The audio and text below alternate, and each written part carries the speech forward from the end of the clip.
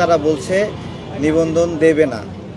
এবং আমরা যখন ব্যক্তিগতভাবে গেলাম তখন কমিশনাররা তাদের পিএসকে দিয়ে বলাচ্ছে যে নিবন্ধন বিষয়ে যা বলার বলে দিয়েছে, এই বিষয়ে কথা হবে না, আমাদের সঙ্গে মিনিমাম দেখাও করতে চায় না। এবং সচিবের কাছে আমরা গেলাম, তিনি বলছেন আপনাদেরকে চিঠি দিয়ে জানানো হবে। তো এইরকম একটা অন্ধকার অবস্থায় আছি। এই যদি হয় তাহলে আমরা তো এই আসন্ন নির্বাচনে অংশগ্রহণই করতে পারবো না। কিন্তু আমরা তো অংশগ্রহণ করতে চাই। আমরা এই জায়গাতে আপনাদের মাধ্যমে জানাচ্ছি যে আমরা সামনে নির্বাচনে অংশগ্রহণ করতে চাই। এবং এমন একটা সময় এসে তারা আমাদেরকে রিফিউজ করলো যে আমরা যদি কোর্টে যাই, দেখেন কোর্টে আমাদের অভিজ্ঞতা আছে, 22 সাল থেকে আমরা কোর্টে এই নিবন্ধনের মামলা নিয়ে আমরা লড়াই করছি। এটার কোনোদিন সুরাহা হয় না। এটা একটা শুনানি করতে 6 মাস 7 মাস সময় নিয়ে নেয়, সিরিয়াল আসে না। আজকে আমাদেরকে সেই কোর্টে যেতে বলতেছে। এর মানে কি? মানে তারা আমাদেরকে এমন একটা ফাঁদে ফেলছে যে আমরা যেন নির্বাচনে অংশগ্রহণ করতে না পারি। আমরা এই জুলাই গণ অভ্যুত্থানের সন্তান এবং এই জুলাই গণ অভ্যুত্থানে আমাদের সহযোদ্ধারা সহ আমরা অনেক কষ্ট করেছি। আমাদের 7 জন সহযোদ্ধা মারা গেছে। শুধু এখন না, 2024-এর নির্বাচনকে আমরা কিভাবে চ্যালেঞ্জ করেছি আপনারা দেখেছেন। ভারতে আগ্রাসন বিরোধী লড়াই সহ আমাদের কার্যক্রমগুলো আপনারা দেখেছেন। তারা বলছে আমরা সামনে গেলে এমন একটা ভাব করে আমাদেরকে চেনে না, বলে তারেক, কোন তারেক, এরকম করে বলে। আপনাদেরকে বলে, আপনারা কি আমাদেরকে চেনেন না? চেনেন? কি ঘাটতি? আমরা আমাদের জায়গা থেকে কোনো ঘাটতি রাখি নাই। আমি জানি যে 100টা উপজেলা লাগবে, এটা না হলে দেবে না। তাহলে একটা রাজনৈতিক দল হিসেবে আমার তো দায়িত্ব, আমি যদি নিবন্ধন পেতে চাই আমার এটাকে ফুলফিল করা আমার দায়িত্ব। তারা বলছে 21টি জেলায় কমিটি লাগবে। রাজনৈতিক দল হিসেবে আমার দায়িত্ব এটা আমার পূরণ করা। আমি জেনে বুঝে কি আমি বাকি রাখবো? আমার 43টি জেলায় কমিটি আছে, 21টি না, 43 জেলায় কমিটি আছে আমাদের। এবং 108টি উপজেলা কমিটি আছে, অফিস আছে, সেগুলো লিস্ট দিয়েছি। তারা প্রথমবার 36টি উপজেলায় গেল এবং 8টি জেলায় গেল, বাকিগুলোতে যায়নি। না গিয়েই রিপোর্ট পাঠিয়ে দিয়েছে যে নেগেটিভ রিপোর্ট। নরসিংদীতে 25 তারিখে চিঠি দিছে আমাদেরকে যে আমাদের সাথে যোগাযোগ করেন, 28 তারিখ লাস্ট ডেট, 25 তারিখ তারা নেগেটিভ রিপোর্ট দিয়ে দিয়েছে। কিভাবে? কোনো চিঠি দেয়নি, আমাদের সাথে কথা বলতে চায় না এই নির্বাচন কমিশন। আমরা গিয়েছি, আজকে সকালেও পাঠিয়েছি আমাদের প্রতিনিধি, পাঠিয়েছি, কোনো তথ্য দিতে চায় না। নাই, রিজেক্ট, কোনো তথ্য দিচ্ছে না। আপনারা আমাদের সহযোগিতা করেন। আমাদের কি করার আছে বলেন? আমরা এতদিন ধরে কষ্ট করছি, তারা আমজনতা দলকে চিনে না, নিবন্ধন দেয় আপনার হলো ডেস্টিনিকে। 12 বছর জেল খেটে এসে 43 লক্ষ গ্রাহকের টাকা মেরে দিয়ে নিবন্ধনের আবেদন করেছে, রাজনীতি করার শখ হয়েছে, আবেদন করেছে, তাকে তারা নিবন্ধন দেয়। জাতীয় লীগের নাম প্রস্তাব করে। আমার প্রশ্ন, প্রত্যেকটা নাম প্রস্তাবের আগে শুনানি হয়, কমিশনে শুনানি হয়।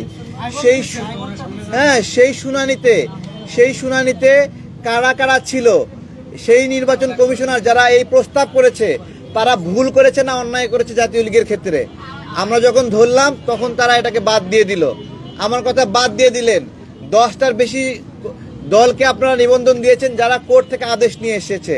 কোর্টে যাওয়ার আগে আপনারা রিফিউজ করেছিলেন, কোর্ট বলল না নিবন্ধন দেন, আপনারা দিলেন।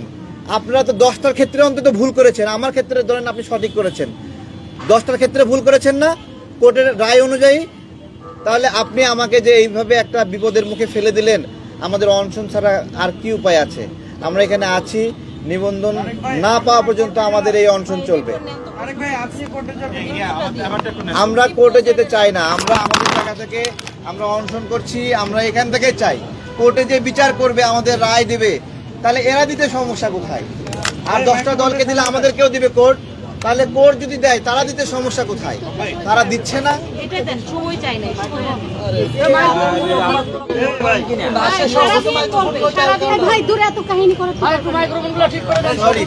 দুঃখ পেলে আমি দুঃখিত।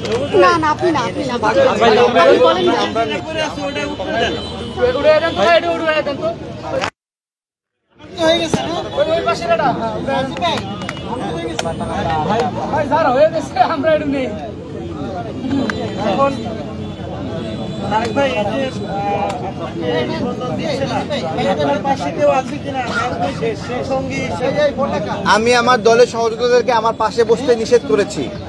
আমরা এই বিষয়ে চাপাচাপি করতে চাই না, আমরা দরজা ধাক্কাতে চাই না।